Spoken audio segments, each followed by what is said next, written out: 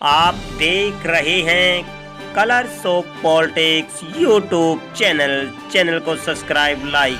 Share करना ना भूलें। आज हम आपको बताना चाहते हैं तालमेल कमेटी के आह्वान पर पूरे हरियाणा में अध्यापकों ने उपायुक्त कार्यालय पर अपनी मांगों को लेकर रोष प्रदर्शन किया है, जिसमें विभिन्न जन संगठनों के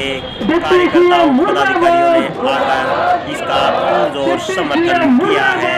आज हिसार के उपायुक्त कार्यालय पर भी तालमेल कमेटी के आह्वान पर अध्यापकों ने जोरदार प्रदर्शन किया और सरकार के खिलाफ नारेबाजी की। इस दौरान हरियाणा ज्ञान विज्ञान समिति और जन शिक्षा अधिकार मंच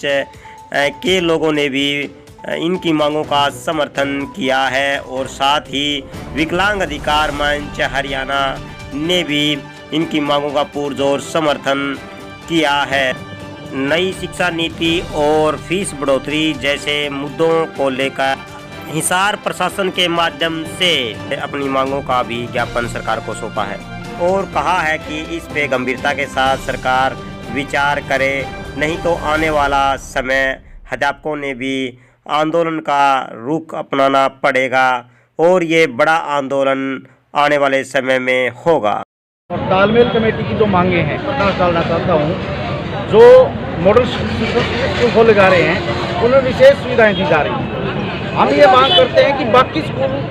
वो भी सरकार के हैं, उनमें वो सुविधाएं क्यों नहीं, वो बच्चे भी हरियाणा प्रदेश के हैं, उनमें सुविधाएं क्यों नहीं। दूसरा, जो नई शिक्षा नीति आई है वो ये कहती है कि हम मातृभाषा में बच्चे को शिक्षा देंगे, उसके बिल्कुल उलट अंग्रेजी माध्यम शुरू किया जा रहा है। हिंदी माध्यम के बच्चे, जो हमारा हरियाणा प्रदेश का कल्चर है, इतिहास, भूगोल है, वो बच्चे नहीं समझ पा रहे हैं। जो बच्चे अंग्रेजी में लेना चाहते हैं उनके लिए सरकार उनकी व्यवस्था करे, अलग सेक्शन बढ़ा दे, उन्हीं स्कूलों में पढ़ाया चाहिए और सभी स्कूलों में इनकी व्यवस्था करे। जो दूसरा जो है, सरकार फेस लिफ्टिंग के नाम पर हजारों करोड़ रुपया स्कूलों में खर्च रही है, अच्छी बात है, लेकिन 3 DA किस्तें कर्मचारियों की रोकी गई है। पूर्व प्रायोजित कार्यक्रम है, सरकार को ये कोई भविष्य दृष्टा नहीं है कि 3 किस्तों के बाद ये पटरी पर आ जाएगी, पूरा पैसा पानी की तरह बहाया जा रहा है, लेकिन कर्मचारियों की अनदेखी की जा रही है, उनका DA कट किया गया है, LTC रोकी जा रही है। ये जो आर्थिक कटौतियाँ सरकार बहाल करे, सुरक्षा के पूर्ण उपाय करते हुए विद्यालयों को सुरक्षित करे, तब जाके खोले। हरियाणा सरकार ने पहली गलती है कि जो 9 से 12 के स्कूल खोले गए थे, कोई सुरक्षा के साधन नहीं दिए गए और जिसके कारण उन नौनिहालों को कोरोना से पीड़ित होना पड़ा और सरकार को अपने फैसले पर पुनर्विचार करना पड़ा। इन मांगों को लेकर के तथा जो रोज नए नए ऐप दिए जा रहे हैं, ये ऐप नहीं है, ये इन स्कूलों को प्राइवेट कंपनियों के हवाले करने की साजिश है। हम ये सीधा मांग करते हैं कि जिन बच्चों के पास जो इंसेंटिव मिलता था प्राइमरी के और मिडिल स्कूल के, उनका इंसेंटिव आज तक रोका गया है, जबकि 2 किलो राशन बांटना जरूरी है और जो उनकी मासिक इंसेंटिव आती है, बैग की राशि आती है, ड्रेस की राशि आती है, वो नहीं दी जा रही। हमारी मांग ये भी है कि उन बच्चों को एंड्रॉयड फ़ोन दिए जाएं, ताकि वो बच्चे जो गरीब के हैं, जिनके पहले पास घर के फ़ोन थे, वो लोग मजदूरी करने निकल पड़े हैं, घर पर फ़ोन नहीं है, उन बच्चों की शिक्षा का सरकार क्या प्रबंध करेगी, उसके लिए तुरंत बजट मुहैया करके उन बच्चों को साधन उपलब्ध कराए ताकि ये शिक्षा सुचारू रूप से चल सके इस कोरोना महामारी के दौर में। आज का जो ये धरना प्रदर्शन किया जा रहा है, ये हमारी पूरे हरियाणा के अंदर हमने एक शिक्षक तालमेल कमेटी बनाई थी, जिसमें सभी शिक्षकों की जो यूनियन हैं वो शामिल हैं और पूरे प्रदेश में आज प्रदर्शन किया जा रहा है, जिसमें लॉकडाउन के बाद जब सरकार ने ये ऐप जो बनाई है, हर दिन डेली एक ऐप आती है और उसका काम कर पाना बहुत मुश्किल है। इस ऐप के विरोध में कि एक ही ऐप बनाई जाए और उसके अंदर ही सारी चीज़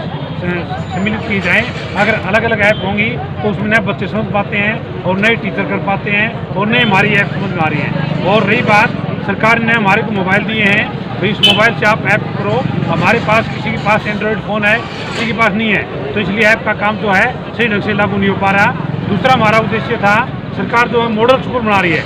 मॉडल स्कूल बना रही है, उसमें संस्कृति मॉडल बना रही है। उसका उद्देश्य सरकार का क्या है, धीरे धीरे इनको CBSE में कन्वर्ट करेगी,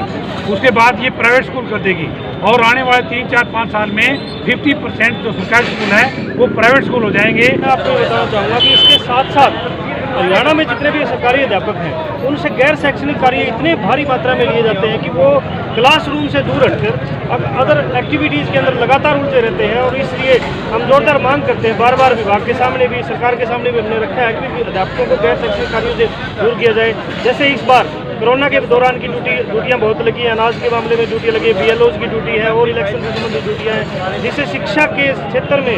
बच्चे से अध्यापक दूर हो गया तो फिर वो किस तरीके से क्वालिटी एजुकेशन दे पाएगा। इसी प्रकार जो ट्रांसफ़र पॉलिसी है हमारे शिक्षा विभाग के अंदर बहुत ही ज़ोर शोर से शिक्षा मंत्री और हरियाणा सरकार के मुख्यमंत्री द्वारा एक ड्रीम प्रोजेक्ट के तौर पर पूरे भारत में प्रोजेक्ट किया गया कि बहुत अच्छी शिक्षा नीति हमने और ट्रांसफ़र पॉलिसी हमने लागू की है, लेकिन 4-4 साल बाद भी अध्यापकों के ट्रांसफ़र सही तरीके से नहीं कर पाती है।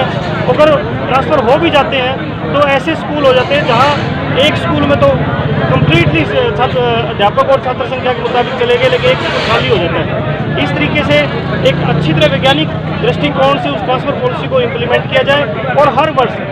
जब से शिक्षा सत्र शुरू होता है उससे पहले ही ट्रांसफ़र पॉलिसी कंप्लीट होकर अध्यापक अपने अपने नए स्कूलों में जा सकें। इसलिए विभिन्न मांगों के साथ साथ हम ये ऐप्स और जो अदर एक्टिविटीज़ जो स्कूलों में करवाई जाती है इससे गैर शैक्षणिक कार्य अध्यापकों के द्वारा वो बंद करवाई जाए। आपकी आवाज़ उठाने वाले YouTube इस चैनल को सब्सक्राइब, लाइक, शेयर करना ना भूलें।